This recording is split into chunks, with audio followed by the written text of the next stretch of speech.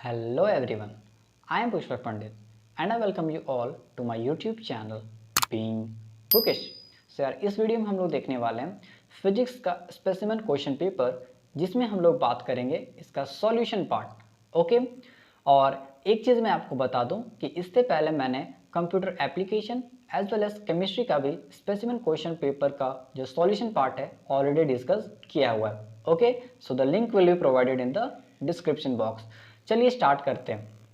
सबसे पहले एक बात एज रेगुलर मैं बता दूं कि जब भी आप क्वेश्चन पेपर रीड कीजिए सबसे पहले इस सेक्शन को जरूर रीड कर लीजिए कि इसमें क्या क्या दिया हुआ। मैं आपके लिए एक बार रीड कर देता हूं। मैक्सिमम मार्क्स 40 है, टाइम अलाउड 1 आवर है and inclusive of reading time है, और क्या है, ऑल क्वेश्चंस आर कंपलसरी, और जितने भी क्वेश्चन है उनका जो मार्क्स है वो आपको ब्रैकेट में मिल जाएगा। तो छोटा सा बात है लेकिन रीड करना बहुत ही इंपॉर्टेंट है। अब हम लोग आते हैं मेनली क्वेश्चन पे। क्वेश्चन नंबर 1A क्या है हमारा, choose the correct statement with respect to refraction of light. तो रिफ्रैक्शन ऑफ लाइट के हिसाब से कौन सा स्टेटमेंट करेक्ट है। फर्स्ट क्वेश्चन है या फर्स्ट ऑप्शन है हमारा, the colour always changes when light enters from one optical medium to another. नहीं, ये तो गलत होगा कि यहाँ पर जो ऑलवेज लिख दिया इसके चलते ये स्टेटमेंट गलत है। सो सेकंड ऑप्शन हम देखते हैं, absorption of light when it strikes the surface of medium is refraction. नहीं, ये तो रिफ्रैक्शन का डेफिनेशन नहीं है, तो ये भी ऑप्शन गलत है। थर्ड क्या है, speed of light changes when it enters from one optical medium to another of different optical density. Yes, ये करेक्ट है क्योंकि स्पीड ऑफ लाइट आपका चेंज हो जाता है। और ऑप्शन नंबर 4 क्या है, speed of light does not change when it enters. Mainly क्या है, 3 का जो थर्ड ऑप्शन है उसका आपका ये उल्टा वाला पार्ट है 4, तो बेसिकली ये भी गलत है। तो क्वेश्चन नंबर 1 आपका ऑप्शन नंबर है 3। अब हम लोग आते हैं क्वेश्चन नंबर बी पे।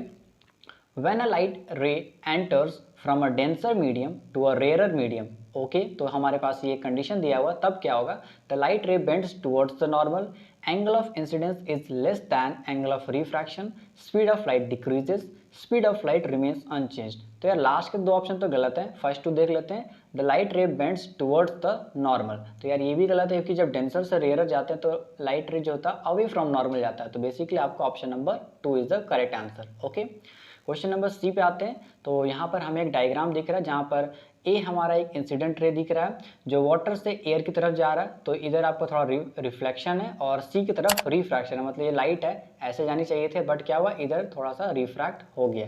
अब देखते हैं इनका क्या सुटेबल ऑप्शंस होगा। सो ऑप्शंस है हमारे पास, बी इज इंसिडेंट रे, तो यहाँ पर पहले ही गलत होगा कि बी इंसिडेंट रे नहीं है। सेकंड है ए इज इंसिडेंट रे, हाँ ए तो इंसिडेंट रे है, एंड बी इज रिफ्रैक्टेड रे, नहीं बी तो आपका रिफ्रैक्टेड रे नहीं है, तो ये ऑप्शन भी आपका गलत हो गया। सी देख लेते हैं, मतलब थर्ड वाला ऑप्शन, सी इज इंसिडेंट रे, तो ये भी गलत है। फोर्थ ही होगा तब करेक्ट क्योंकि A is incident ray and C is refracted ray. So एक बार मैं आपको दिखा देता हूँ कि ए इज इंसिडेंट रे और सी इज रिफ्रैक्टेड रे, इसलिए आपका option number 4 is the correct answer. अब हम लोग आते हैं क्वेश्चन नंबर डी पे। क्वेश्चन नंबर डी है आपका, from the diagram shown below identify the characteristics of the image that will be formed. Okay, तो कौन सा कैरेक्टरिस्टिक्स है जो फॉर्म होगा। तो यहाँ पर कुछ इन्फॉर्मेशन है कि जो लेंस है कैसा लेंस है, कॉन्वेक्स लेंस है। ऑब्जेक्ट जो है वो आपका फोकस और ऑप्टिकल सेंटर का बीच में रखा हुआ, तो हमें पता है कि इसका इमेज किधर बनेगा, इस साइड बनेगा, ठीक है, तो वर्चुअल और इरेक्ट होगा। तो देखते हैं क्या क्या इसका कैरेक्टरिस्टिक्स है। रियल नहीं होगा, डिमिनिश तो नहीं होगा, formed with in the focal length तो नहीं है, फोकल लेंथ के बीच में तो नहीं हुआ, तो इस साइड होता है, ठीक है। वर्चुअल, हाँ वर्चुअल आपका सही है क्योंकि रियल सॉरी आपका वर्चुअल और इरेक्ट इसका कैरेक्टरिस्टिक्स होता है। सो इस क्वेश्चन का जो आपका ऑप्शन नंबर होगा वो आपका होगा 4 वर्चुअल। ओके गाइज, अब हम लोग आते हैं क्वेश्चन नंबर ई पे। क्वेश्चन नंबर ई क्या है, the wavelength of light in a medium A is 600 nanometre, ठीक है, इसे नोट कर लीजिए। The wave enters medium B, okay, of refractive index 1.5, ठीक है।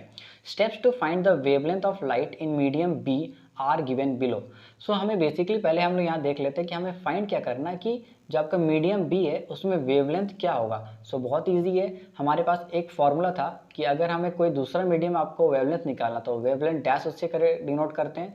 उसका निकालने का तरीका क्या है कि जो फर्स्ट मीडियम है उसका वेवलेंथ को लीजिए और उसको डिवाइड कीजिए सेकंड मीडियम के रिफ्रैक्टिव इंडेक्स से। सो आपको पता है, देखिए यहाँ पर दिया है बी ऑफ रिफ्रैक्टिव इंडेक्स 1.5, तो ये हमें दिया हुआ है, तो ठीक है, मतलब कि यहाँ पर आपका क्या होगा 600 नैनोमीटर होगा, ठीक है, और यहाँ पर क्या होगा 1.5 आपका रिफ्रैक्टिव इंडेक्स यहाँ दिया हुआ है। सो अगर मैं 0.5 को हटाऊँ तो मैं एक बार यहाँ पर कर लेता हूँ, 600 डिवाइड बाई 1.5 हमें करना है।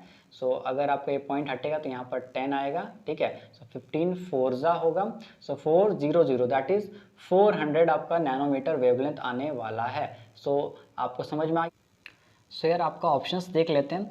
पहला ऑप्शन है आपका wavelength is equals to 1.5 into 600। मतलब कि अगर हम लोग वेवलेंथ निकाल रहे थे तो क्या कर रहे थे कि हम लोग फर्स्ट वेवलेंथ को डिवाइड कर रहे थे रिफ्रैक्टिव इंडेक्स से, लेकिन यहाँ क्या हो रहा है, उल्टा हो रहा है। हम लोग क्या कर रहे हैं, मल्टीप्लाई कर रहे थे। तो ये आपका ऑप्शन गलत हो गया। सेकंड देखते हैं, सेकंड आपका करेक्ट है। क्यों? क्योंकि इसी को हमने यूज़ कर रहे थे सेकंड मीडियम का वेवलेंथ निकालने के लिए। क्या कर रहे थे, फर्स्ट मीडियम का आपका wavelength divide by refractive index. मतलब एक ऑप्शन तो आपका यहाँ पर है कि 2 नंबर होगा। उसके बाद क्या आ रहा था कि हमारा ऑप्शन मतलब कि 400 आंसर आ जा रहा था। मतलब आपका 3 भी होगा कि ये तो करेक्ट है, और 4 तो नहीं होगी आंसर आपके यहाँ पर पहले गलती है, तो इसको तो हम लोग नहीं करेंगे। फिफ्थ को अगर आप देखो, ठीक है, सो फिफ्थ और 1 क्या है, देखो एक दूसरे को अपोजिट ही है। मतलब कि अगर 1.5 इज टू लिखूंगा तो क्या होगा, लैम्डा डिवाइड बाय 600 होगा। तो मतलब ये अगर ऑप्शन गलत था तो ये भी आपका गलत ही होगा। सो बेसिकली आपका ऑप्शन नंबर 2 और ऑप्शन नंबर 3 है, जिसमें हम लोग सबसे पहले ऑप्शन नंबर 2 करेंगे, उसके बाद आपका क्या करेंगे, ऑप्शन नंबर 3 को सिलेक्ट करेंगे। तो देखते हैं कौन सा ऑप्शन सबसे ज़्यादा सुटेबल कर रहा है। सो आप अगर देखो तो क्वेश्चन का जो ऑप्शन नंबर 2 है उसमें आपका लिखा है पहले हम लोग 2 करेंगे उसके बाद 3 करेंगे। सो this is what is your answer. Okay, अब क्वेश्चन नंबर एफ, इसे बहुत ध्यान से समझना है क्योंकि ये जो क्वेश्चन होता है थोड़ा इसमें लेंथ रहता है, ठीक है, मतलब थोड़ा लेंदी रहता है, क्योंकि इससे एक क्वेश्चन से कुछ ज़्यादा ही क्वेश्चन बन जाते हैं। पहले इसमें क्या लिखा है, क्वेश्चन पढ़ लेते हैं। The diagram below shows an image formed at a distance 36 centimetre from the lens L L dash of focal length 12 centimetre. तो हमें क्या दिया हुआ है कि जो इमेज है यहाँ पर, इस डायग्राम आपको जो दिख रहा है, ये जो इमेज यहाँ पर फॉर्म हो रहा है ये क्या है, 36 सेंटीमीटर दूर है इससे। और ये जो आपका यहाँ पर मिरर है, उसका मिरर बोल रहा हूँ, लेंस है आपका, तो यहाँ पर जो आपका लेंस है उसका फोकल लेंथ कितना, 12 सेंटीमीटर दिया हुआ। सो ये तो इन्फॉर्मेशन दिया है कि जो आपका इमेज है वो 36 सेंटीमीटर का डिस्टेंस पे है, और जो फोकल लेंथ है वो कितना है, 12 सेंटीमीटर का डिस्टेंस पे है। अब हम देखते हैं कि क्या क्या क्वेश्चन इससे बन रहे हैं। पहला क्या है, position of object on left hand side should be. तो चलिए मैं आपको इसका सॉल्यूशन बता देता हूँ कि इसका जो सॉल्यूशन है वो कैसे होगा। तो आप क्वेश्चन को याद रखिए कि हमें क्या कैलकुलेट करना है कि पोजीशन क्या होना चाहिए ऑब्जेक्ट का, मतलब यहाँ ऑब्जेक्ट कहाँ प्लेस होना चाहिए। Okay, so let's go to the solution part. So guys अब हम लोग देखते हैं इसका सॉल्यूशन। यहाँ पर क्या था, मैंने उसी डायग्राम को रीड्रॉ कर लिया कि ये आपका मिरर था, ठीक है। सो यार इसे याद रख लो कि ये मिरर कौन सा है, मिरर हमेशा बोल रहा हूँ, ये आपका लेंस है। सो आपका ये लेंस क्या होगा, थोड़ा सा माफ़ कर दीजिए, ठीक है, ये जो आपका लेंस है ये कैसा होगा, ये कॉन्वेक्स लेंस है। क्यों कॉन्वेक्स लेंस है, क्योंकि यहाँ पर देखिए ये जो इमेज है ये क्या है, इन्वर्टेड। सो इन्वर्टेड जो इमेज है वो आपका सिर्फ किस में बन सकता है, वो आपका कॉन्वेक्स लेंस में ही सिर्फ बन सकता है, इसे याद रखना है, ठीक है। तो पहली बात है कि ये कॉन्वेक्स लेंस है, इसे याद रखिएगा। नेक्स्ट अब हम लोग थोड़ा सा डिस्कस करते हैं क्वेश्चन का। सो हमारा फोकल लेंथ कितना दिया था, 12, तो मैंने इसे यहाँ पर देखिए ड्रॉ कर लिया कि जो आपका लेंथ है कितना, 12 है। अब आपका इमेज जो है वो आपका यहाँ बना था, तो हमें बताना है कि ऑब्जेक्ट कहाँ प्लेस होगा। सो अगर ये 12 है तो ये जो 2f है ये आपको 24 हो जाएगा, इतना आपको पता है। अब थोड़ा सा याद कीजिए कि आपका इमेज यहाँ कब बनेगा, मतलब 2f के बियॉन्ड में इमेज कब बनता है। हम थोड़ा सा कहानी को लेके चलते हैं। जब आपका ऑब्जेक्ट 2f पे होता है तो आपका इमेज कहाँ बनता है, 2f पे बनता है। अगर आपका ऑब्जेक्ट 2f के और f के इन दोनों के बीच होगा तो आपका इमेज यहाँ पर बनता है। याद आया, अगर आपने पढ़ा तो आपको बहुत ही ज़्यादा समझ में आ गया होगा। ओके, सो एक बात तो चीज़ यहाँ पर गारंटी है कि अगर आपका इमेज यहाँ पर बन रहा है तो जो आपका ऑब्जेक्ट होगा, देखिए यहाँ पर मैंने क्या किया, इस चीज़ को आपको नहीं दिया होता यहाँ पर, इसलिए मैंने डॉटेड से शो किया कि आपका जो ऑब्जेक्ट होगा वो आपका पक्का इन दोनों के बीच में प्लेस होना चाहिए, तभी ये जो इमेज है यहाँ पर बनेगी। सो अगर ये डिस्टेंस यहाँ से यहाँ पूरा 24 है और ये आपका 12 है, और अगर इमेज यहाँ पर बन रहा है, ठीक है, यहाँ पर अगर इमेज बन रहा है 2f और f के बीच, तो मतलब गारंटी कि 24 और 12, यहाँ तक आपका 12 है और यहाँ तक आपका 24 है, इन दोनों के बीच ही बन रहा होगा इमेज। इसीलिए इसका जो ऑप्शन नंबर है वो ऑप्शन नंबर 3 होगा कि between 12 centimetre and 24 centimetre from the lens, ठीक है। तो लेंस से मतलब कि आपका अप्रॉक्सीमेट 12 और 24 सेंटीमीटर के बीच बनेगा।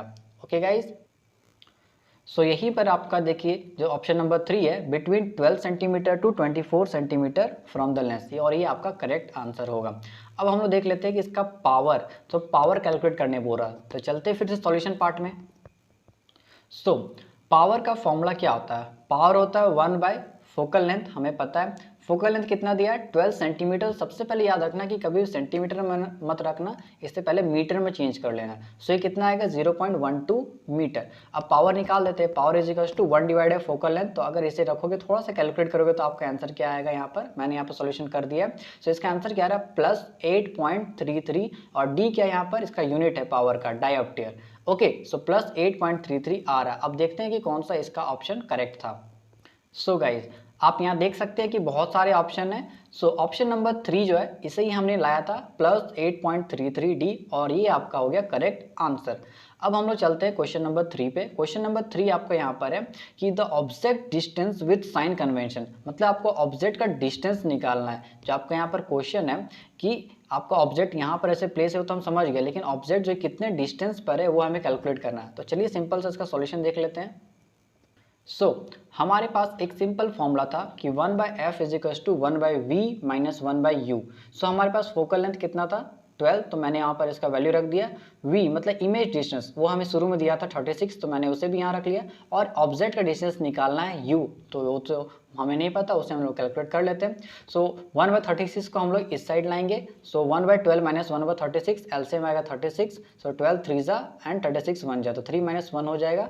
यहाँ पर देखिए 2/36 is equal to 1 by u होगा, और यहाँ से आपका दिख रहा है कि u का वैल्यू कितना आया -18। तो माइनस क्यों, कि देखिए अगर मैं इसे सिर्फ इधर ट्रांसफर करूँ तो ये तो माइनस यहाँ पर रह जा रहा है ना, इसलिए हर जगह माइनस माइनस रह जा रहा है। इसलिए आपका ऑब्जेक्ट डिस्टेंस क्या है 18 सेंटीमीटर, और ये करेक्ट भी है। क्यों करेक्ट है हल्का सा मैं बता दूं, क्योंकि अगर आपको ऑब्जेक्ट अगर कैलकुलेट करना है कितने डिस्टेंस पे, तो आपको इस साइड जाना पड़ेगा।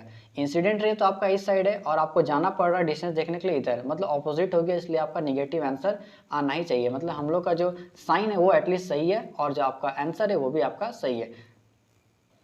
सो गाइज देखिए आपका यहाँ पर जो ऑप्शन नंबर 1 है आपका 3 का, the object distance with sign convention is -18 centimetre, और यही हम लोग का आया भी है। अब देख लेते हैं क्वेश्चन नंबर 4 इसका। क्वेश्चन नंबर 4 वो आपका है, if the lens LL' is replaced by another lens of the same type but focal length 15 centimetre for the same object distance. तो मतलब ऑब्जेक्ट का जो डिस्टेंस है वो सेम है, बस अब क्या कर दिया लेंस भी सेम है, ठीक है, मतलब खाली रिप्लेस कर दिया गया, लेकिन सेम टाइप का लेंस है, मतलब कॉन्वेक्स है तो कॉन्वेक्स ही रहेगा, बस उसका लेंस थोड़ा सा चेंज कर दिया गया है। तो नया जो लेंस उसका फोकल लेंथ कितना है 15 सेंटीमीटर, और जो ऑब्जेक्ट का डिस्टेंस जो अभी हमने कैलकुलेट किया -18 वो आपका सेम है। तो अब हमें बताना है कि क्या चेंज आ जाएगा साइज ऑफ द इमेज में, ठीक है, यहाँ डिस्टेंस नहीं बोल रहा है, इसे याद रखिए, साइज ऑफ द इमेज में क्या चेंज आएगा। तो बेसिकली हमें क्या करना है मैग्नीफिकेशन कैलकुलेट करना है। तो चलिए हम दिखाते हैं आपको इसका सॉल्यूशन का पार्ट। सो गाइज हमें क्या दिया हुआ है कि जो फोकल लेंथ न्यू है वो 15 सेंटीमीटर है। तो इनिशियली हम लोग देखते हैं कि मैग्नीफिकेशन कितना आ रहा था। तो इनिशियली हमें अगर मैग्नीफिकेशन निकालना तो उसका फॉर्मूला है कि v/u। सो v हमारा क्या था 36 था, मतलब इमेज का जो डिस्टेंस है वो आपको पता 36, और ऑब्जेक्ट का डिस्टेंस अभी हमने कैलकुलेट किया था -18 आया था। तो मतलब कि आपका मैग्नीफिकेशन -2 आ रहा था इनिशियली। अब क्या बात है कि अब हम लोग कैलकुलेट करते हैं, जब आपका फोकल लेंथ चेंज हो गया तो अब क्या मैग्नीफिकेशन पर असर होगा। सो आपका फॉर्मूला फिर से v/u। तो हमें बताया गया था कि ऑब्जेक्ट का जो डिस्टेंस है वो तो सेम ही है, मतलब -18 है, लेकिन हमें ये नहीं बताया गया कि अब इमेज का डिस्टेंस क्या होगा। तो इसके लिए हमें क्या करना पड़ेगा, फिर से फॉर्मूला यूज़ कर लेते हैं, कोई दिक्कत नहीं है। तो हम लोग क्या करेंगे 1/f is equal to 1/v minus 1/u। तो आप सॉल्यूशन देखिए, f का वैल्यू 15 रख दिया जो कि न्यू आपका फोकल लेंथ था, v कैलकुलेट करना है, और u क्या था -18, तो मैंने यहाँ -18 रख दिया। तो आपको पता है ये माइनस माइनस यहाँ पर प्लस हो जाएगा, तो वही मैंने यहाँ पर लिखा है, ठीक है।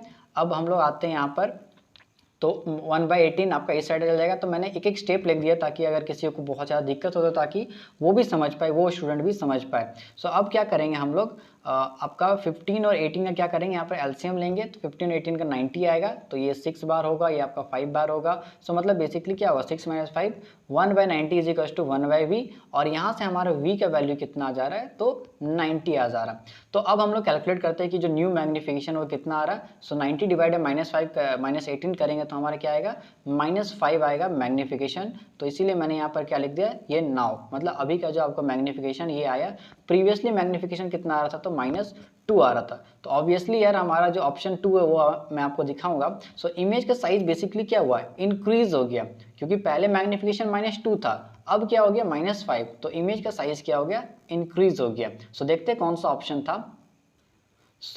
आपका यहाँ पर ऑप्शंस है, the size of the image decreases, the size of the image increases, जो कि हमने लाया कि साइज जो इमेज का इंक्रीज हो गया, और बाकी जो 2 ऑप्शन है वो आपका रॉन्ग है। सो बेसिकली क्वेश्चन नंबर 4 जो है उसका ऑप्शन नंबर क्या होगा, 2। So this is how we completed question number 1। तो आपको समझ में आ रहा है कि फिजिक्स का जो क्वेश्चन है उसमें थोड़ा सा टाइम लगेगा और आपका कॉन्सेप्ट थोड़ा सा हल्का सा जानना बहुत जरूरी है, तब आपका सॉल्यूशन हो पाएगा। अब हम लोग स्टार्ट करते हैं क्वेश्चन नंबर 2 को। क्वेश्चन नंबर 2 का सबसे पहला क्वेश्चन है, the usable form of mechanical energy is elastic potential energy, kinetic energy, gravitational potential energy, या none of the given option. तो इसका करेक्ट आंसर होगा काइनेटिक एनर्जी। ओके, अब हम लोग आते हैं क्वेश्चन नंबर बी पे। क्वेश्चन नंबर बी बहुत इजी है। 1 horse power is equals to 100 watt, 735 watt, 764 watt या 746। तो हो सकता है किसी कंफ्यूजन हो ऑप्शन नंबर 3 और ऑप्शन नंबर 4 में। तो अगर यार कोई मेरे सेशन को अटेंड करता है तो उसे पता है कि मैंने MCQ में इस क्वेश्चन को भी इंक्लूड किया था, और ये क्वेश्चन देखिए आपका सैम्पल पेपर में भी आपका मौजूद है। सो बेसिकली इसका करेक्ट आंसर है option number 4 which is 746 watt. Okay, अब हम आते हैं क्वेश्चन नंबर सी पे। क्वेश्चन नंबर सी है, थोड़ा सा ध्यान समझिएगा क्या है question. If A and B of the same mass can climb the 3rd floor of the same building in 3 minutes and 5 minutes, मतलब ए जो है आपका 3 मिनट्स में क्लाइंब करता है और बी जो है वो 5 मिनट्स में क्लाइंब करता है। तो बेसिकली इस क्वेश्चन में मेन क्या बात है कि जो आपका बिल्डिंग है वो बिल्डिंग सेम है और 3rd फ्लोर पर ही सब कोई जा रहा है। इसको थोड़ा सा नोट कीजिए क्योंकि आगे ये काम देगा। Then the ratio of their powers of A is to be in ideal situation, मतलब हम लोग को निकालना है कि रेशियो मतलब power of A divide by power of B निकालना है। कोई दिक्कत नहीं है। एक बात समझ लो कि दोनों क्या कर रहे हैं कि सेमी फ्लोर पर जा रहे हैं, ठीक है। तो मतलब वर्क डन जो होगा वो तो सेम होगा, इतना समझ में आ रहा है आपको।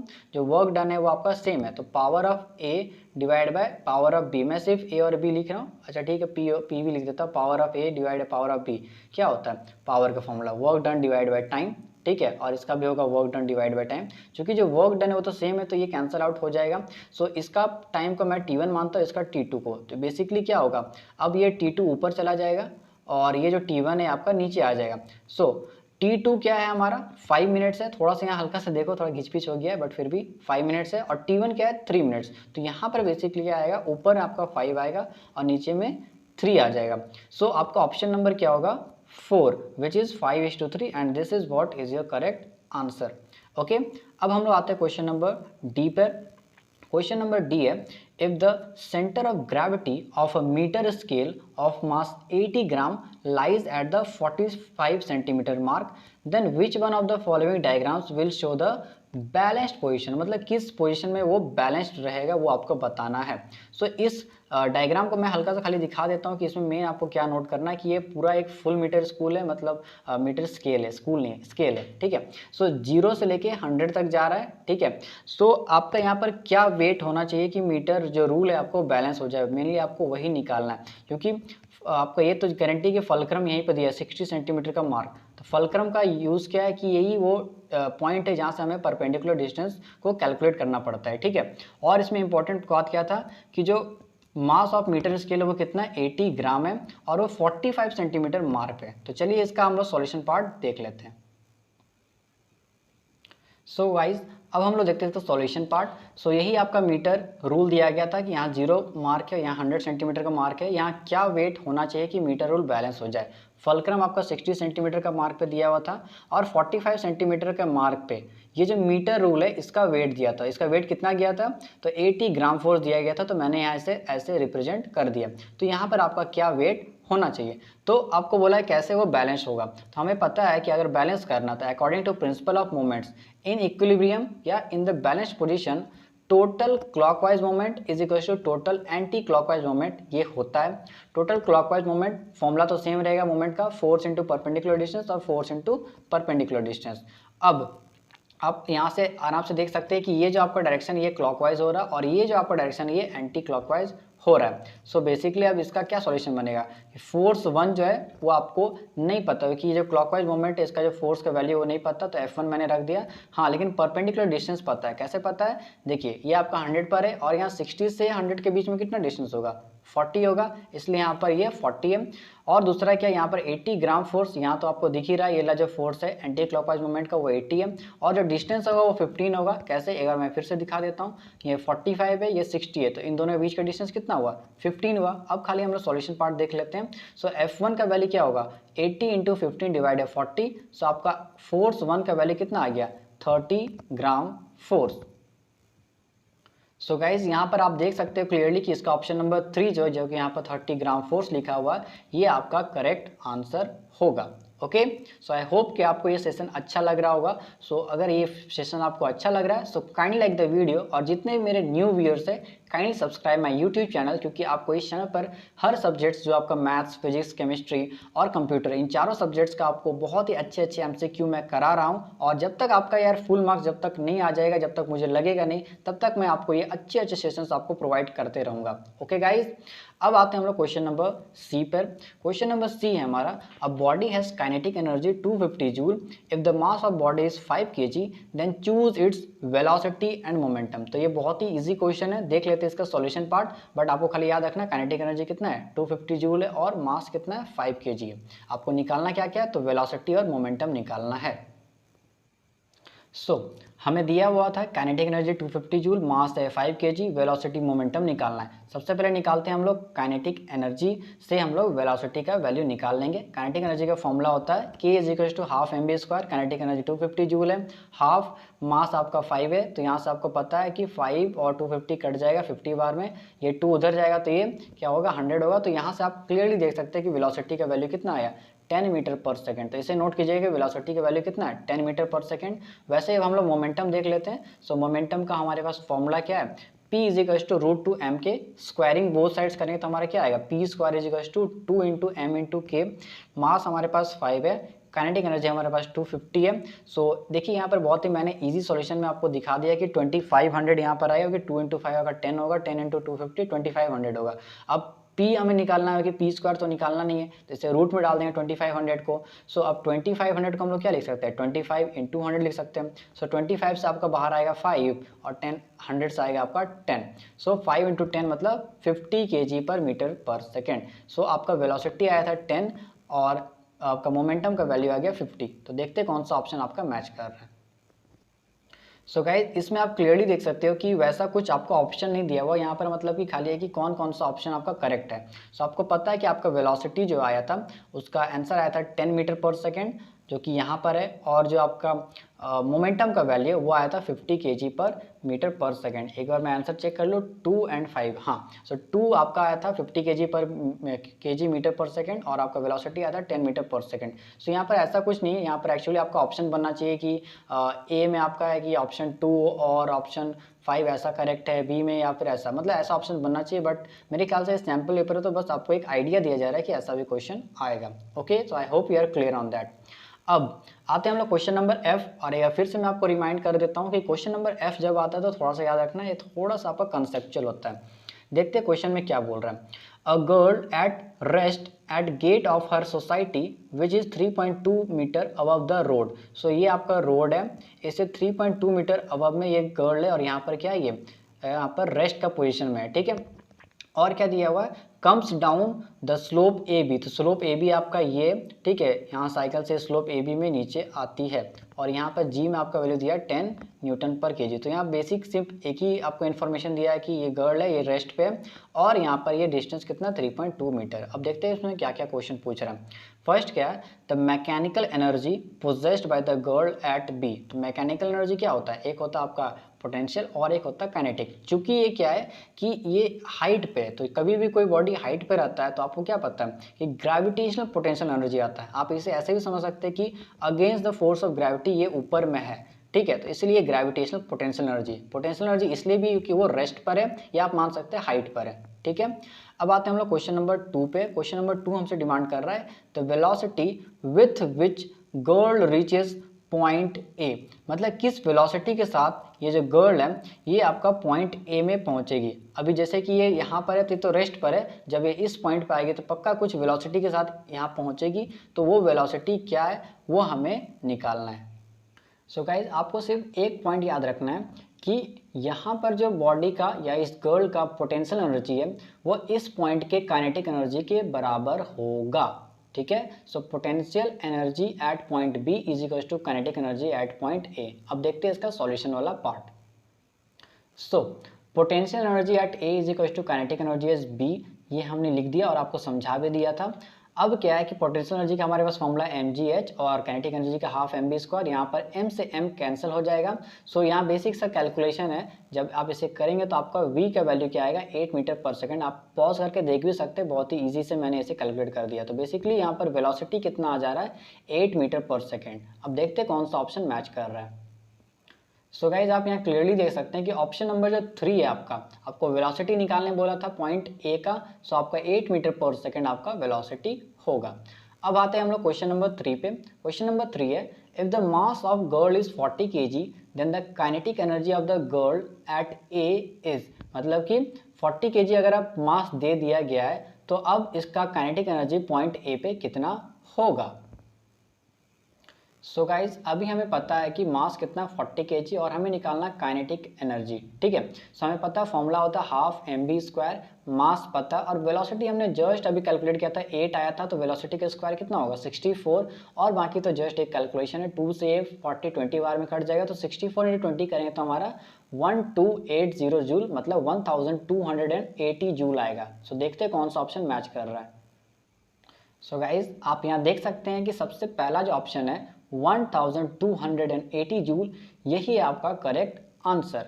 अब आते हैं हम लोग क्वेश्चन नंबर 4 पे। क्वेश्चन नंबर 4 है आपका, the potential energy of the girl जो कि मास 40 kg की है, when she reaches the mid point of the slope A B. इस पॉइंट को मैं आपको क्लियर कर देता हूँ कि इसमें आपका बेसिकली यही बोल रहा है कि ये जो आपका गर्ल है ये जब इस मिड पॉइंट पे आती है, इस ए बी वाले स्लोप के मिड पॉइंट पे जब आएगी तब इसका पोटेंशियल एनर्जी कितना होगा। तो बेसिकली आपका वही क्वेश्चन है, potential energy of the girl of mass 40 kg when she reaches the mid point of the slope of A B. So हमें पता है कि टोटल हाइट कितना था 3.2 मीटर था। आई होप कि आपको उतना याद होगा। अब एट मिड पॉइंट हाइट क्या होगा, हाइट भी आपका आधा हो जाएगा, मतलब 3.2 डिवाइड बाई 2 करेंगे तो हमारा कितना आएगा 1.6 आ जाएगा हाइट। अब हमें सिंपल सा पोटेंशियल एनर्जी निकालना है। पोटेंशियल एनर्जी का फॉर्मूला क्या होता है mgh। मास हमें दिया गया था 40 kg, तो उसे हम लोग रख लेंगे। g का वैल्यू 10 दिया था तो 10 रख लेंगे, और हाइट कितना हो गया तो 1.6 हो गया। सो अगर आप इसे देखेंगे तो पॉइंट यहाँ हटेगा तो 10 और 10 कैंसिल हो जाएगा, तो 40 × 16 करेंगे तो क्या आएगा 16 4 64, मतलब 40 × 16 करेंगे तो 640 जूल आएगा। ओके, सो यहाँ पर अगर आप इस क्वेश्चन का ऑप्शंस देखेंगे तो 800, 200, 1600 और लास्ट वाला जो आपका ऑप्शन है 640 जूल, तो मतलब इसका ऑप्शन नंबर क्या होगा 4 640 जूल। तो ये हो गया आपका क्वेश्चन नंबर 2 भी यहाँ पर आपका समाप्त हो गया। ओके, सो अब हम लोग चलते हैं कि क्वेश्चन नंबर 3 पे और देखते हैं कि क्वेश्चन नंबर 3 में किस किस टाइप के क्वेश्चन है। ओके, सबसे पहला question A number, mechanical advantage, load and effort are related as. ये तीनों कैसे रिलेटेड है, तो आपके पास फॉर्मूला था कि mechanical advantage is equal to load upon effort. अब इसी से देख लेते हैं सामने से कौन सा ऑप्शन आपका मैच कर रहा है। Mechanical advantage is equal to load into effort, पहला वाला आपका गलत हो गया। Mechanical advantage is equal to E/L, तो ये भी गलत है। Mechanical advantage into effort is equal to load, तो यार देखो अगर आप एफर्ट को इस पॉइंट पे लाते हो सो M × E करेंगे तो हमारा लोड आएगा, मतलब ऑप्शन नंबर जो आपका 3 यहाँ पर ये करेक्ट है, और लास्ट वाला आपका जस्ट उसका अपोजिट है, तो मतलब ये भी गलत है। सो आपका क्वेश्चन नंबर ए का आंसर हो गया 3। अब हम लोग देखते हैं question number B. Question number B है, which one of the following statements is correct, मतलब कौन सा स्टेटमेंट जो है वो करेक्ट है। सबसे पहला ऑप्शन है, a machine is used to have more output energy as compare to input energy. तो यार ये तो पॉसिबल नहीं कि आपको ज़्यादा आउटपुट एनर्जी मिले, तो ये ऑप्शन आपका गलत हो गया। Mechanical advantage of a machine can never be greater than 1, तो ये भी हमें पता है, ये भी गलत है। मैकेनिकल एडवांटेज तो greater than 1, less than 1, equal to 1 सब हो सकता है। नेक्स्ट क्या है, if a machine gives convenience of direction then its mechanical advantage should be greater than 1। सो यार आपको पता है, आपने अगर पढ़ा है मशीन चैप्टर, सो कभी हम लोग कन्वीनियंस ऑफ डायरेक्शन करते हैं, मतलब डायरेक्शन के लिए खाली अगर यूज करते हैं तो उसका मैकेनिकल एडवांटेज इक्वल टू 1 आना चाहिए। मतलब यहाँ पर जो ग्रेटर देन 1 लिखा है तो ये ऑप्शन भी आपका गलत है।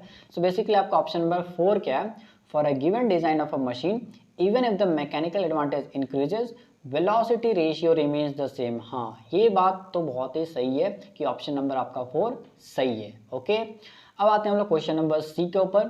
क्वेश्चन नंबर सी क्या है, if a block and tackle system with convenient direction has 3 movable pulleys then its velocity ratio is either 6 और 7, should be 6, should be 7, is 3। And आपका ऑप्शन है इज इधर 6 और 7, should be 6, should be 7, is 3।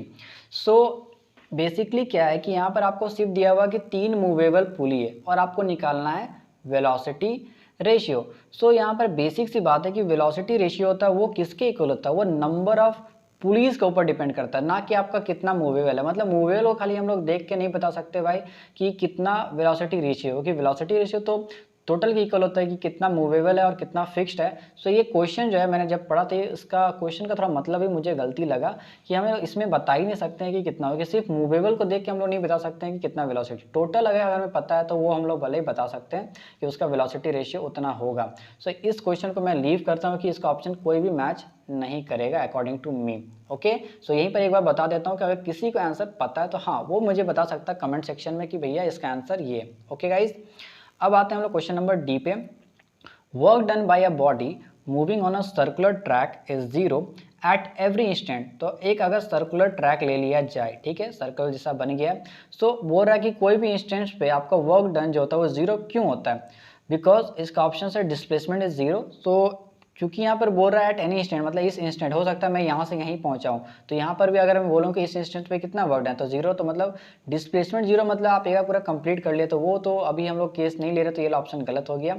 Second क्या है कि displacement is perpendicular to the centripetal force. हाँ, ये आपका ऑप्शन करेक्ट है कि जो आपका डिस्प्लेसमेंट होता है वो जो होता है, कोई भी अगर आपका इंस्टेंस होता है तो अगर आप इस सेंटर को लो तो अगर इस डायरेक्शन में जा रहा है तो देखिए अभी क्या बन रहा है, परपेंडिकुलर डिस्टेंस बन रहा है, तो मतलब परपेंडिकुलर हो जाता है डिस्टेंस, इसीलिए जो आंसर है आपका क्वेश्चन नंबर डी का वो 2 ही होगा, और क्वेश्चन 3 और 4 कोई आंसर नहीं होने वाला। ओके, अब हम लोग आते हैं क्वेश्चन नंबर ई पर।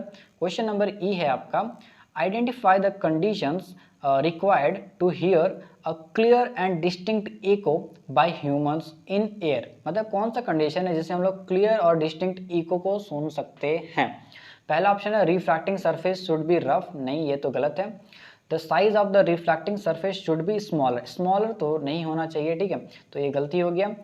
थर्ड क्या है, sound should not be reflected back with in 0.1 second, और यही आपका करेक्ट है कि sound should not be reflected back with in 0.1 second, मतलब कि 0.1 सेकेंड एटलीस्ट लगना चाहिए कि साउंड मतलब रिफ्लेक्ट करे, उससे मतलब कि कम नहीं होना चाहिए, ठीक है, तो यही आपका करेक्ट है कि 0.1 सेकेंड से पहले नहीं आ जाना चाहिए, sound should not be reflected back, at least 0.1 second लगेगा कि यही आपका कंडीशन नेसेसरी था। सो बाकी आपका ऑप्शन नंबर 4 और 5 गलती है। सो क्वेश्चन नंबर ई का आपका जो करेक्ट आंसर है वो आपका ऑप्शन नंबर 3। ओके, अब हम लोग आते हैं फिर से थोड़े से एफ नंबर क्वेश्चन पे जो थोड़ा सा आपका लेंदी होता है, बट यार टेंशन मत लो, इसका जब मैं आपको आंसर बताऊंगा तो आपको आराम से क्लियर हो जाएगा। बस आराम से देखो कि इसका क्वेश्चन नंबर और क्वेश्चन का मतलब क्या हो रहा है, ठीक है। क्वेश्चन नंबर एफ है आपका, अ person standing in front of a vertical Cliff. ये आपको पर्सन दिख रहा है, सॉरी यहाँ क्लिफ दिख रहा है और ये पर्सन है भाई, खतरनाक गन लेके बैठा हुआ है, ठीक है। तो कौन सा गन है यार, इसका कमेंट करो कौन सा गन ये लेके रखा हुआ है, गन तो लग ही नहीं रहा है, फिर भी देख लेते हैं कौन सा गन है। So a person standing in front of a vertical cliff fires a gun and hears its echo in 3 second, मतलब इसको एको सुनाई देता है 3 सेकेंड, मतलब एक गन फायर करता है, यहाँ टकराता है, फिर टकराने के बाद जब इसके पास आएगा तो इस ड्यूरेशन में मतलब 3 सेकेंड्स लग गया जब इसको एको सुनाई दिया। अब बोल रहे speed of sound in air कितना दिया है, वैल्यू 340 मीटर पर सेकेंड, ठीक है, तो ये सब हमारे पास इंफॉर्मेशन है। तो अब हमें क्या करना है, calculate distance eight which the person is standing in front of the Cliff. तो हमें सबसे पहले निकालना है कि कौन सा डिस्टेंस पे जो पर्सन है वो इस क्लिफ से दूरी पर, मतलब कितने दूरी पर है, ठीक है, बाद में हम देख लेंगे स्टेप्स, पहले हम लोग इसका आंसर निकाल लेते हैं। सो हमारे पास एक फॉर्मूला है velocity is equal to 2 into d by t, चूंकि हमें डी निकालना मतलब डिस्टेंस कितने पे खड़ा, तो यहाँ से फॉर्मूला क्या होगा, v into T divide by 2 हो जाएगा। सो वेलोसिटी कितना दिया 340 मीटर पर सेकंड, टाइम कितना 3 सेकंड के बाद, और 2 तो यहाँ पर कांस्टेंट है। सो इसका आंसर कितना आ गया 510 मीटर, मतलब जो आपका डिस्टेंस जिस दूरी पर वो इंसान खड़ा है एक खतरनाक गन लेके, वो कितना है 510 मीटर्स। सो एक बात तो क्लियर होगी 510 मीटर्स आपका आंसर होगा, बट अब इसमें आपका आंसर नहीं पूछ रहा है। एक क्वेश्चन हमने ऐसा पहले भी किया हुआ था इसमें, ठीक है, तो वैसे सिमिलर क्वेश्चन है, कौन सा स्टेप हम लोग लेंगे ताकि हम इस करेक्ट आंसर के पास पहुंच जाएं। सबसे पहला ऑप्शन देख लेते हैं, 340 इज इक्वल टू 2d/3। सो आपका वेलोसिटी क्या था, तो velocity is equal to 2d upon time था, ठीक है, 2 इंटू डी अपॉन टाइम, मैंने आपको इसका फॉर्मूला बताया। सो 2 है, डिस्टेंस नहीं पता और टाइम हमें पता 3 सेकंड्स लगा था, तो वो भी करेक्ट है। वेलोसिटी आपको 340, मतलब ये आपका ऑप्शन नंबर 1 तो बिल्कुल करेक्ट है भाई। सेकंड ऑप्शन नहीं हो, कि यहाँ सामने दिख रहा है 2d नहीं है, तो ये गलती हो गया। थर्ड क्या है, थर्ड में आपका सही तो है, बट आपका यहाँ एक चीज़ गलती हो गई है, ठीक है। 170 इंटू 2 करने से तो भाई 510 नहीं आएगा, इसको 3 करना पड़ेगा, तो बेसिकली इसे भी हमें करेक्ट मानना पड़ेगा कि यहाँ पर खाली गलती है, तो यहाँ पर मतलब थोड़ा प्रिंटिंग मिस्टेक है, बाकी ये ऑप्शन आपका सही है, ठीक है। ऑप्शन नंबर 4 गलती है, क्योंकि इसका आंसर ही आपका अलग ही आ रहा है 1020 मीटर। सो बेसिकली पहला आप क्या करोगे, इस फॉर्मूला को लिखोगे, उसके बाद आप आराम से डिस्टेंस कैलकुलेट कर लोगे। सो देख लेते हैं, कोई आप अगर ऑप्शन नंबर 3 देखोगे तो वो क्या है, पहले 1 करेंगे फिर 3 करेंगे, तो भाई ये सही बोल रहा है, पहले हम लोग 1 करेंगे फिर 3, मतलब आपका ऑप्शन नंबर 1 का क्वेश्चन नंबर 1 का ऑप्शन नंबर हो गया आपका 3। ओके, सो मुझे ऐसा लगता है कि आपको इस क्वेश्चन का मतलब और आंसर दोनों समझ में आ गया होगा। अब हम लोग क्या देखते हैं, थोड़ा सा इसका अलग पार्ट देखते हैं। If the speed of sound changes to 350 metre पर सेकेंड, अगर ये जो आपका स्पीड पहले कितना था 340, अगर ये 350 मीटर पर सेकेंड पे अगर चेंज हो जाता है, then how much distance should the person move towards or away from the cliff in order to hear the echo in the same time. मतलब बंदे को टाइम मतलब कि 3 सेकंड में ही सुनना है, बट अब क्या है कि स्पीड जो है साउंड का 350 मीटर हो गया, तो वो क्या करे, मतलब कि क्लिफ से कितने डिस्टेंस चल जाए, या तो ये क्लिफ से थोड़ा सा इधर भाग जाए या क्लिफ के इस साइड मतलब कि टुवर्ड्स चल जाए, तो वो हमें निकालना है कि कितने डिस्टेंस पे उसको मतलब कि एक्स्ट्रा ट्रैवल करना पड़ेगा। तो यार पहले इसका हम लोग आंसर देख लेते हैं, बाद में आपको इसका ऑप्शंस बताऊंगा कि कौन सा ऑप्शन करेक्ट है। सो हमें क्या दिया हुआ, इसका मैं आपको 2 मेथड बताऊंगा, ठीक है, 2 मेथड बताऊंगा करेक्ट आंसर का कि कैसे आप इस क्वेश्चन पे अप्रोच कर सकते हैं। सो पहला कि आपका वेलोसिटी चेंज होगा 350, तो उसे हम लोग रख लिए। टाइम कितना, तो टाइम उसे भाई 3 सेकंड में ही सुनना है, बंदा बहुत स्ट्रिक्ट है, ठीक है, कि उसको 3 सेकंड में ही सुनना है। चलो ठीक है, मान लेते हैं 3 सेकंड है। फिर से फॉर्मूला लगाते हैं, velocity is equal to 2 into d by time, और हमें निकालना फिर से डी कि कितना डिस्टेंस है। सो इस बार अगर आप डिस्टेंस कैलकुलेट करोगे, सो 350 इंटू 3 डिवाइडेड 2 करोगे तो आपका 525 मीटर आएगा। सो मैं इसके थोड़ा सा एक्सप्लेनेशन थोड़ा सा बढ़ा देता हूँ। देखो, जब ये इनिशियली यहाँ पर था, ठीक है, सो कितना डिस्टेंस था 510 मीटर, क्योंकि जब आपका स्पीड ऑफ साउंड कितना था 340 मीटर पर सेकंड था, तब आपका यहाँ पर था, बट एक्चुअली में अभी क्या 350 मीटर पर सेकंड हो गया। सो अब क्या इसे 525 मीटर का दूरी पर रहना पड़ रहा है, तो बेसिकली इसे क्या करना पड़ेगा, अवे फ्रॉम क्लिफ भागना पड़ेगा, और कितना अवे, तो 15। आप यहाँ देख सकते हो ये 510 है और यहाँ 525 है, तो मतलब एक्स्ट्रा इसको कितना दूर जाना पड़ेगा, तो 15 metre away from the cliff इसे भागना पड़ेगा। बट अगर आप इस सॉल्यूशन को देखते हो तो इसका सॉल्यूशन से मतलब कि आपका ऑप्शन मैच नहीं करेगा, तो इसीलिए मैंने और करके एक और सॉल्यूशन यहाँ बनाया। सो आपका फिर से वही फॉर्मूला है, v is equal to 2d/3, आपको याद है 2d बाई टाइम था, तो टाइम आपका वैल्यू कितना था 3 था। सो इस बार वेलोसिटी का वैल्यू कितना है, तो इसमें हमें चेंज इन वेलोसिटी देखना पड़ेगा, ठीक है। सो अगर आप इस कॉन्सेप्ट को थोड़ा पढ़ते हो तो आपको ये समझ में आ जाएगा, बस मैं आपको आंसर पार्ट बता दे रहा हूँ, ठीक है। सो 350 आपका बाद में आ गया था वैल्यू, ठीक है, 350 बाद में था, 340 इनिशियल था, ठीक है। सो अगर आप इसे देखोगे तो कितना होगा 10 आएगा, तो 10 और ये 3 इधर जाएगा तो क्या होगा 10 इंटू 3 30 होगा, और ये 2 इधर आएगा तो क्या होगा 30/2, मतलब इस बार आपका डिस्टेंस देखिए फिर से 15 मीटर आ रहा है, मतलब 115 मीटर अवे भागना पड़ेगा।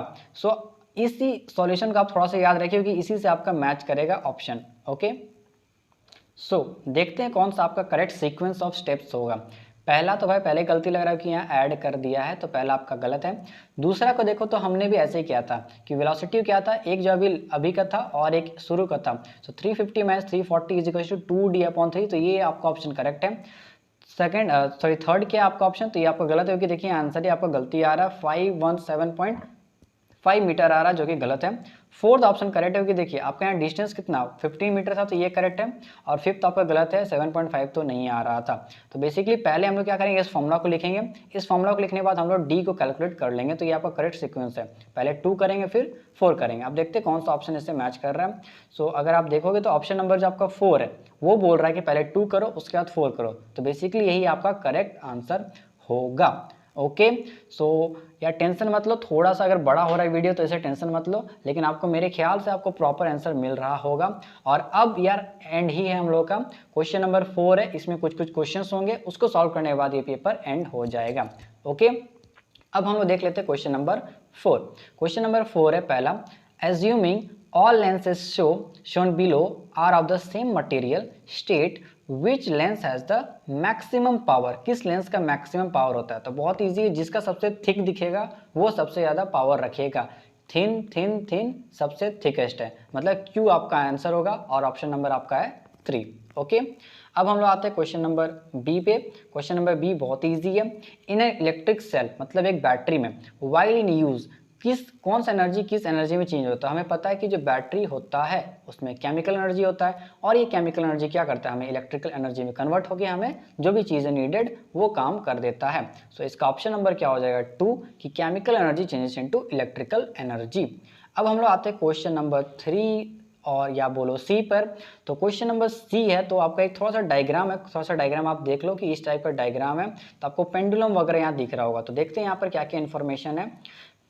The diagram below shows a pendulum having a bob of mass 80 ग्राम। तो यहाँ पर आपका पहला चीज़ दिया हुआ है 80 ग्राम का बॉब है। A and C are extreme points। आपको यहाँ दिख रहा होगा कि A और C जो है आपका, A और C आपका क्या एक्सट्रीम पॉइंट्स है।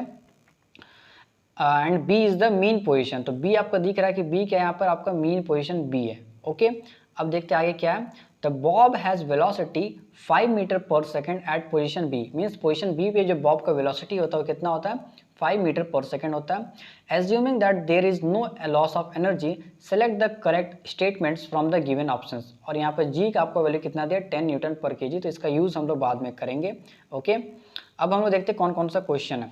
पहला क्या है कि इसमें से मतलब कि आपको सिलेक्ट करना है कौन कौन सा ऑप्शन आपका करेक्ट है, क्योंकि अगर आप क्वेश्चन को मैं फिर से दिखाऊं तो आपको यहाँ पर लिखा है कि सेलेक्ट द करेक्ट स्टेटमेंट्स। ठीक है, statements from the options given below, मतलब बहुत सारा इसमें स्टेटमेंट्स है जो सही हो सकता है। तो बेसिकली 2 या 3 ही हो सकता है जो करेक्ट होगा। तो आपको मतलब कि नंबर ऑफ स्टेटमेंट्स सिलेक्ट करने हैं, तो कौन कौन सा स्टेटमेंट्स करेक्ट है वो आपको देखना है। सो इसके लिए मैं क्या करता हूँ, पहले आपको सॉल्यूशन वाला पार्ट बता देता, तो आपको ज़्यादा क्लैरिटी मिल जाएगा। तो आपको बेसिकली क्या करना है इसमें, पहले तो एक बार आप काइनेटिक एनर्जी निकाल लेना पड़ेगा कि इस पॉइंट पे काइनेटिक एनर्जी कितना होता है। और आपको पता है कि इस पॉइंट से जब ये इधर जाएगा, तो इस पॉइंट पे जब ये ए में आएगा या आपका सी में आएगा, तो इस पोजीशन में क्या रहेगा, थोड़ा सा रेस्ट वाला रहेगा, मतलब यहाँ आपका पोटेंशियल एनर्जी रहेगा। और जब ये यहाँ रहता है तो इसके पास काइनेटिक एनर्जी रहता है। तो हम लोग कैलकुलेट कर लेते हैं कि पोटेंशियल एनर्जी और काइनेटिक एनर्जी क्या क्या है। आपका मास कितना दिया था बॉब का, 80 ग्राम। तो उसको केजी में कन्वर्ट करेंगे तो 0.08 केजी आ जाएगा। अब हमारे पास वेलोसिटी क्या दिया था, पॉइंट बी पे दिया गया था। जब आपका पॉइंट बी पर बॉब जाता है तो उसका वेलोसिटी कितना होता है, 5 मीटर पर सेकेंड। अब एक बात बहुत ही आसान है कि जैसे कि ये आपका पेंडुलम था, तो इस पॉइंट को हम लोग बी बोल रहे थे और ये इधर आपका ए था। तो ये बहुत ही आसान है जानना, और इसे इंपॉर्टेंट भी है समझना कि जो पोटेंशियल एनर्जी आपका ए पॉइंट पे रहेगा वो काइनेटिक एनर्जी बी पॉइंट के बराबर रहेगा। तो इस कॉन्सेप्ट का यूज़ करना और आपका आंसर आराम से आ जाएगा। So potential energy at A is equals to kinetic energy at B, क्योंकि हम लोग अभी कैलकुलेट क्या करना चाह रहे हैं, potential energy. So kinetic energy में क्या है, हाफ mv² होता है। तो मास आपको पता है कि कितना है, 0.08 है। और जब वो बॉल या बॉब आपका पॉइंट बी पे रहता है तो आपका वेलोसिटी कितना था, सो 5 मीटर पर सेकेंड था। तो यहाँ पर स्क्वायर हो जाएगा 5 का 25, और अगर आप इसे कैलकुलेट करोगे तो आपका 1 जूल आएगा। मतलब आपका पोटेंशियल एनर्जी कितना आएगा, 1 जूल। अब वैसे हम लोग क्या करते हैं यहाँ पर थोड़ा सा गलती हो गया कि आपको काइनेटिक एनर्जी नहीं कैलकुलेट करना है, आपको यहाँ पर हाइट कैलकुलेट करना था। ठीक है, so sorry for that. Basically आपको हाइट यहाँ कैलकुलेट करना, वो आपका मैं आपको यूजेस बताऊंगा आगे में, जब आपका ऑप्शन मैं रीड करूंगा। ठीक है, तो आपको पता है कि पोटेंशियल एनर्जी कितना है, 1 आ गया। और पोटेंशियल एनर्जी फॉर्मूला क्या होता है, mgh। सो अब क्या है, m का वैल्यू हमारे पास क्या था, आपका जो मास है वो कितना 0.08 kg है। तो उसी मैंने यहाँ पर रखा 8/100 लिख सकते हैं उसे, जी का वैल्यू दिया था, मैंने आपको बोला था कि ये आगे यूज़ होगा तो यहाँ पर 10 है, और हाइट हम यहाँ पर कैलकुलेट कर लेते हैं। वो मैं आपको बताऊंगा आगे कि h का वैल्यू यहाँ पर क्यों हम लोग कैलकुलेट कर रहे हैं। सो अगर आप देखोगे तो h का वैल्यू क्या आएगा कि अगर आप कैलकुलेट करो तो आपका आंसर आएगा 1.25 मीटर, या फिर आप इसे लिख सकते हो 125 सेंटीमीटर। चलिए अब इस दो चीज़ को याद रखिएगा कि पोटेंशियल एनर्जी हमारा कितना आया था 1 जूल, और हाइट हमारा कितना आया है 1.25 मीटर, या आप बोलो तो 125 सेंटीमीटर। अब हम जाते हैं हमारे सॉल्यूशन वाले या ऑप्शन वाले पार्ट पे। अब ऑप्शन देखो, आपको बहुत ही मजा आएगा, ठीक है। पहला ऑप्शन क्या है, at point A the bob will have only kinetic energy. नहीं, ये तो गलत है, क्योंकि इस पॉइंट पे क्या रहेगा, पोटेंशियल एनर्जी रहेगा, तो पहला ऑप्शन गलत हो गया। सेकंड क्या है, the maximum potential energy gained by the bob will be 1000 joule. तो नहीं यार, पोटेंशियल एनर्जी जब हमने कैलकुलेट किया था तो कितना आता, 1 जूल आ रहा था, तो ऑप्शन नंबर बी भी आपका या ऑप्शन नंबर 2 भी आपका गलत है। सेकंड क्या है, the maximum height H reached by the ball will be 125 centimetre. तो ये करेक्ट है, कि देखो अभी हमने जस्ट कैलकुलेट किया था कि हाँ इसका जो मैक्सिमम हाइट क्या है 125 सेंटीमीटर आ रहा था। तो ये आपका ऑप्शन नंबर 3 जो है करेक्ट है। At point D bob will have maximum kinetic energy. तो नहीं भाई, हमें पता है कि जब ये बी पॉइंट पर रहता है तब ये मीन पोजीशन पर रहता है, और इसी पोजीशन पे आपको काइनेटिक एनर्जी मैक्सिमम रहेगा। तो आपका ऑप्शन नंबर 4 भी गलत है। ऑप्शन नंबर 5 है, the maximum potential energy gained by the bob will B 1 joule. हाँ ये तो करेक्ट है कि हमने आपका पोटेंशियल एनर्जी जब कैलकुलेट किया था तो वो कितना आया था 1 जूल ही आया था, तो ये आपका करेक्ट है। और लास्ट क्या, at point B the energy possessed by the bob will be 1000 joule. तो 1000 जूल तो नहीं होगा, तो ये भी आपका ऑप्शन गलत हो गया। सो बेसिकली आपका ऑप्शन नंबर 3 और ऑप्शन नंबर 5 सही है। और फिर से यार इसमें कोई ऑप्शन नहीं दिया हुआ है, तो आपका बेसिकली स्टेटमेंट्स कौन कौन सा करेक्ट है, तो आपका स्टेटमेंट्स ऑप्शन नंबर 3 और ऑप्शन नंबर 5 करेक्ट होगा। ओके, अब हम लोग आते हैं क्वेश्चन नंबर डी पे। अब हम लोग एंड ही होने वाले हैं आराम से इस पेपर को, ठीक है। So option question number D है आपका, select correct options for total internal reflection in a medium. मतलब जब आपका टोटल इंटरनल रिफ्लेक्शन होता है तो यहाँ पर कुछ स्टेटमेंट्स दिए हैं, तो कौन सा स्टेटमेंट सबसे करेक्ट है वो आपको चूज करना है, ठीक है। अब पहला ऑप्शन है, can take place in an optically denser medium as compare to an optically rare medium. तो भाई ये बात तो सही है कि ये हो सकता है। सेकंड क्या है, takes place for any angle of incidence greater than 42 degree. तो यार ये बात तो मतलब पूरा पूरी सही नहीं है, ठीक है, ये तो गलत है। थर्ड क्या है, this reflection does not obey the laws of reflection. नहीं, ये तो लॉ ऑफ रिफ्लेक्शन को करता है भाई, ओबे करता है, तो ये ऑप्शन आपका गलत हो गया कि ये बोल रहा है कि ओबे नहीं करता है, तो मतलब ये तो गलत बात है। फोर्थ ऑप्शन क्या है, can take place if the angle of incidence in a denser medium is more than the critical angle. अब ये भी ऑप्शन सही है। अब एक चीज ध्यान दो, मैंने आपको फिर से बता देता हूँ कि देखो यहाँ क्या लिखा, सेलेक्ट करेक्ट ऑप्शंस, मतलब कि यहाँ पर मोर देन वन ऑप्शन भी आपका करेक्ट हो सकता था। ऐसे आपको रीड करना है, इसलिए मैंने आपको शुरू में नहीं बताया और अभी बता रहा हूँ कि ऐसे आपको क्वेश्चन पढ़ना है, ठीक है। सो आपका इस क्वेश्चन का आंसर होगा ऑप्शन नंबर 1 और option number 4, both are correct. Okay guys, अब हम लोग आते हैं क्वेश्चन नंबर ई पे। क्वेश्चन नंबर ई को बहुत ध्यान से समझना, मैं आसानी से आपको इसका सॉल्यूशन पार्ट बता दूंगा। पहले हम लोग पढ़ते हैं इसका question. The diagram shows the path of light through a right angled prism of a critical angle 42। तो हमें पता चल गया कि क्रिटिकल एंगल कितना है 42 डिग्री। अब क्या करना है, हमें ऑब्जर्व करना है डायग्राम को और आंसर करना है कुछ क्वेश्चन। पहला क्वेश्चन है, the phenomenon at the surface AC, मतलब जो AC है ये जो आपका सरफेस है इस पर कौन सा फेनोमेनन हो रहा है। सो यार आसान है देखना कि ये यहाँ पर जा रहा है और इधर रिफ्लेक्ट कर रहा है, मतलब ऐसा रिफ्रैक्ट नहीं हुआ, सीधा क्या हुआ, रिफ्लेक्ट हो गया। तो बेसिकली इसे हम लोग क्या कहते हैं, total internal reflection. So this is what is your correct answer, की ऑप्शन नंबर 3 होगा, ठीक है।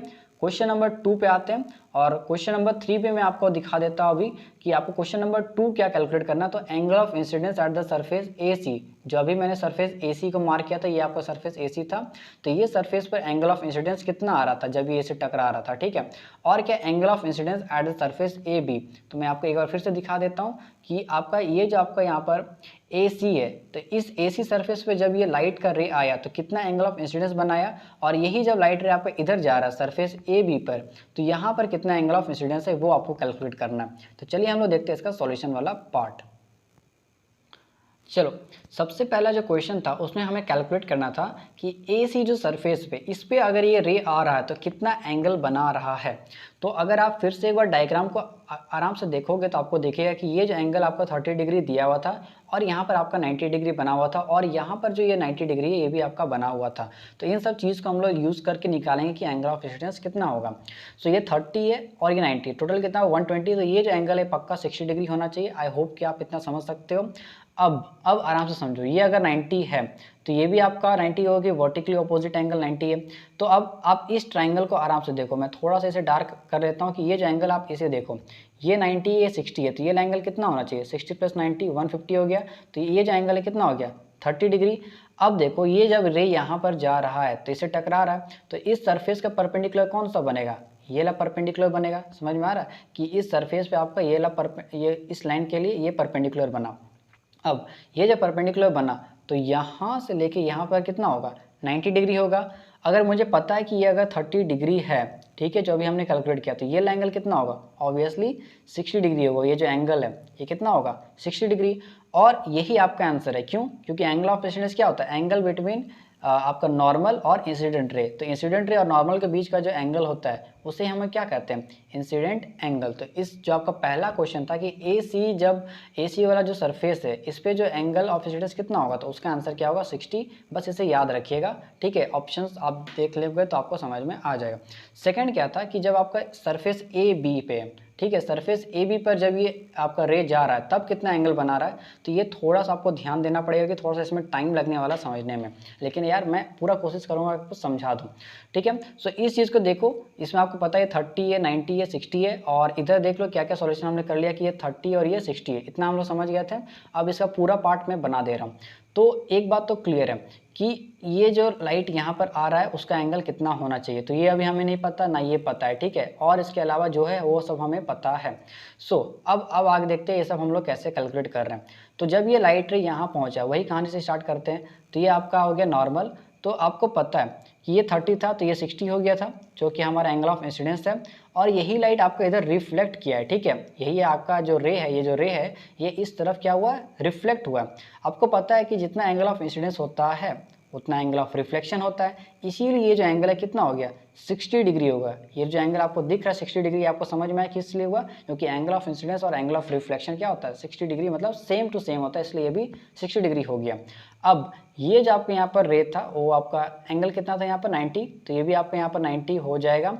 और देखो ये क्या बन रहा है, एक हिसाब से क्वाड्रिलेटरल बन रहा है, ठीक है। ये जो आपका बन रहा है क्वाड्रिलेटरल बन रहा है। तो एक क्वाड्रिलेटरल में टोटल एंगल कितना होता है 360 डिग्री।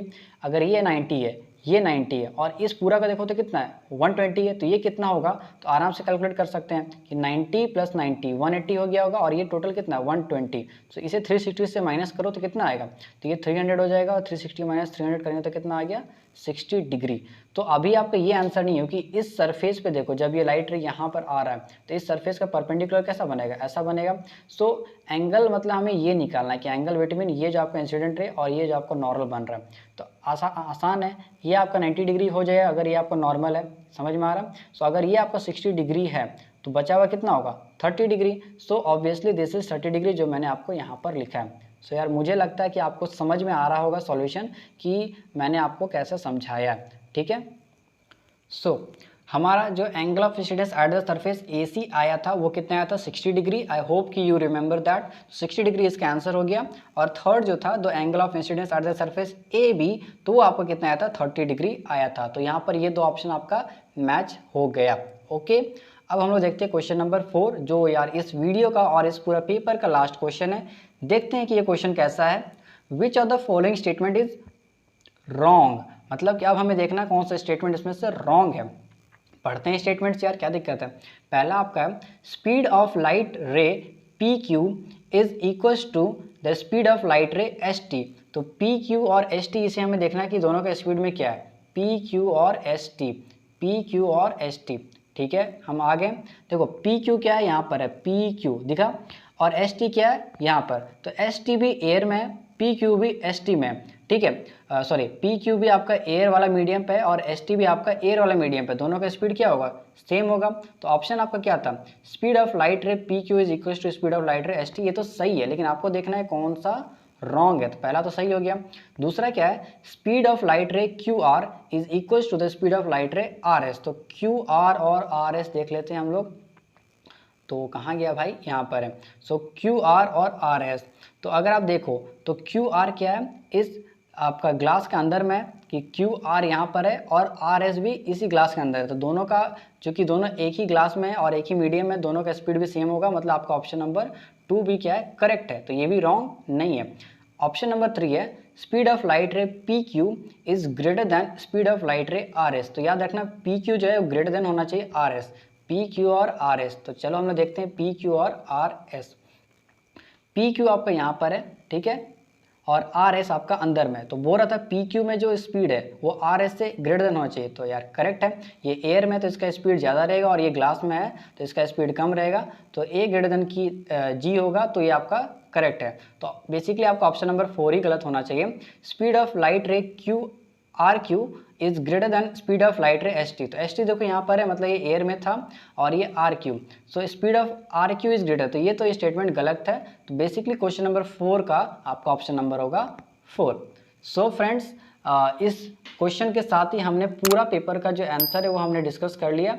और मैं यार उम्मीद करता हूँ कि इतना जो मैंने आपको थोड़ा सा मेहनत किया वो आपको मतलब कि हर एक क्वेश्चन को समझने में आपका हेल्प करेगा। So that's all from this video. I hope the video